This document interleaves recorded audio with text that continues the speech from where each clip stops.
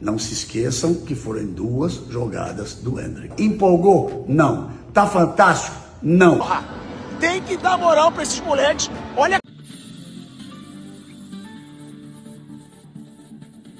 3 para o Brasil, 1 para a Croácia. Foi um grande espetáculo? Não foi.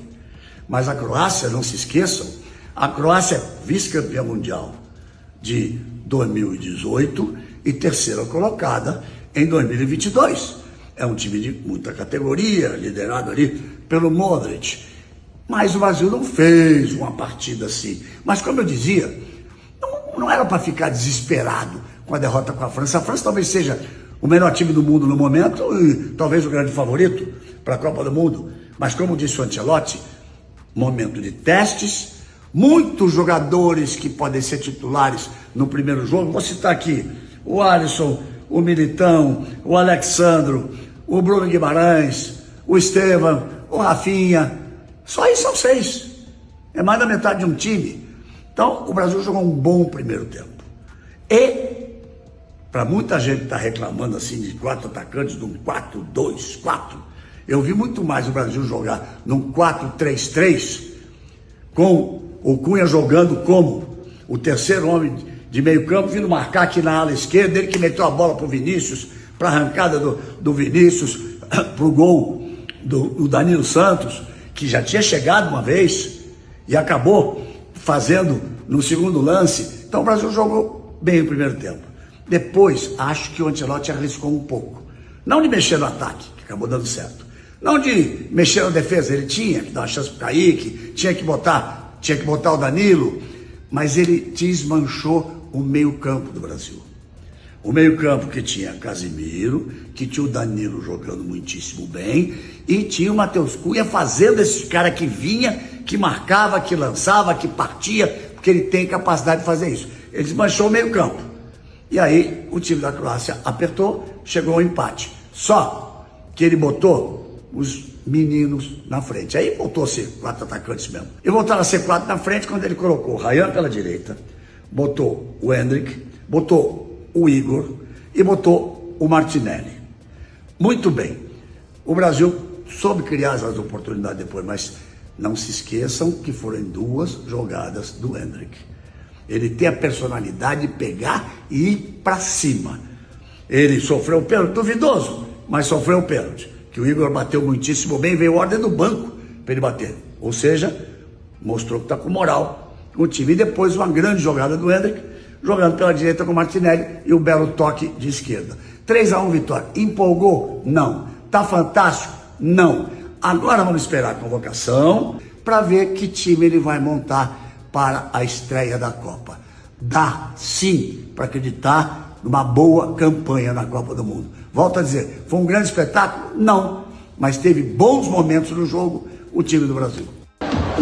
Que personalidade que o Endrick entrou no jogo. Que personalidade que o Rayan entrou no jogo.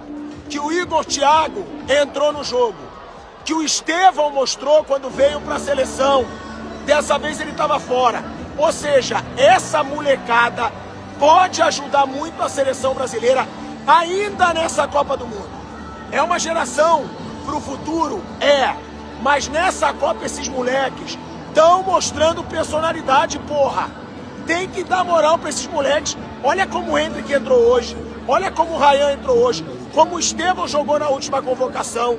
E outra, Matheus Cunha também foi muito bem na partida hoje. Todos os lances do Brasil no primeiro tempo saíram do pé dele, inclusive a bola que ele deu para o Vinícius Júnior para o primeiro gol.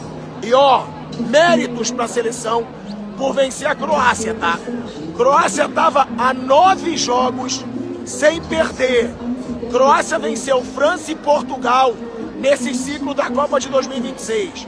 É uma seleção forte, o Brasil venceu e tem que ser reconhecido. Tem que ser elogiada a seleção brasileira por essa vitória. E uma coisa que é bom deixar muito claro, tá? Essa Croácia é um adversário difícil. Essa Croácia estava 9 jogos sem perder e o Brasil venceu com autoridade e com personalidade de uma molecada nova que pra mim tem que ter moral na Copa do Mundo. O Brasil acabou de vencer a Croácia por 3-1.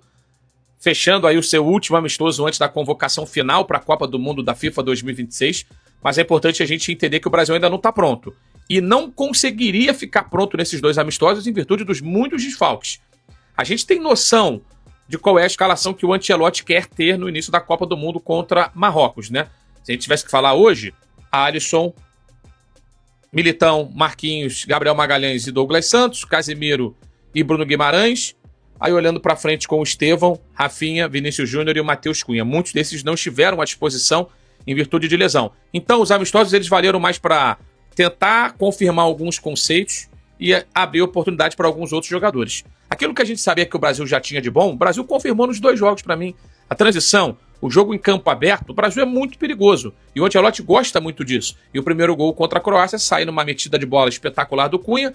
O Vinícius Júnior aproveitando aquilo que ele tem de melhor, que é campo para correr e capacidade de definir a jogada também quando chega dentro da área. E o Danilo fez um belo gol, ganha pontos, assim com o Ancelotti, o Danilo, jogador do Botafogo.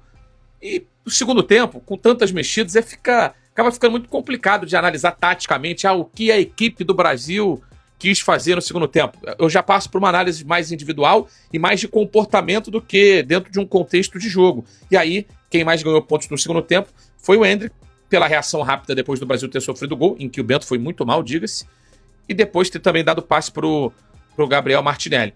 Entre todos os jogadores, aquele que para mim mais ganhou pontos nessa data FIFA foi o Luiz Henrique.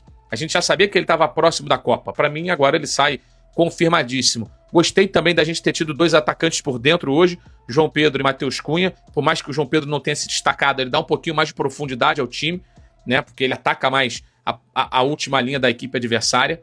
Enfim, o Ancelotti ele vai precisar muito dos 20 dias ali, desde a reunião na Granja Comari até a ida para os Estados Unidos. Vai precisar bastante para fixar os conceitos de como o time quer jogar. Repito, o Brasil ainda não está pronto, mas é sempre melhor você se preparar e se arrumar vencendo jogos. O Brasil venceu uma semifinalista da última Copa do Mundo, não foi uma seleção qualquer.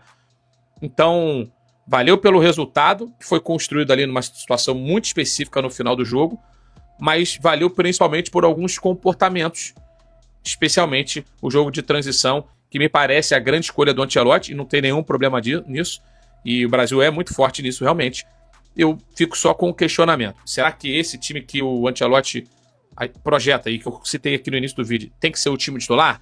Hoje, me parece que sim, mas daqui até a Copa, as ligas europeias, o futebol brasileiro, a gente vai ter jogos muito importantes. Talvez algum jogador que já esteja integrado ao grupo possa estar no momento melhor e, de repente, pleiteando essa vaga. E aí, tamo pronto ou não tamo? Tá confiando ou não tá?